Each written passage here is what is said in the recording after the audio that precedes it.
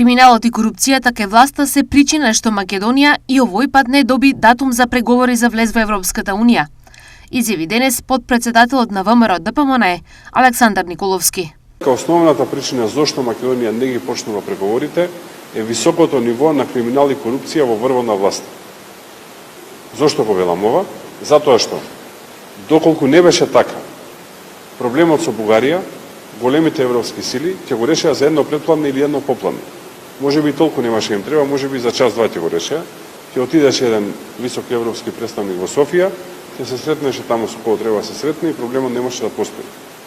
Но имајќи предвид дека не го прават тоа, очигледно е дека Бугарија е само добар изговор за 4-5 големи земји членки на Европската Унија, тука не мислам на Германија, кои што мислат дека Македонија не е спремна да почне преговори, пред се заради високото ниво на корупција и немањето функционален систем на владење на правото.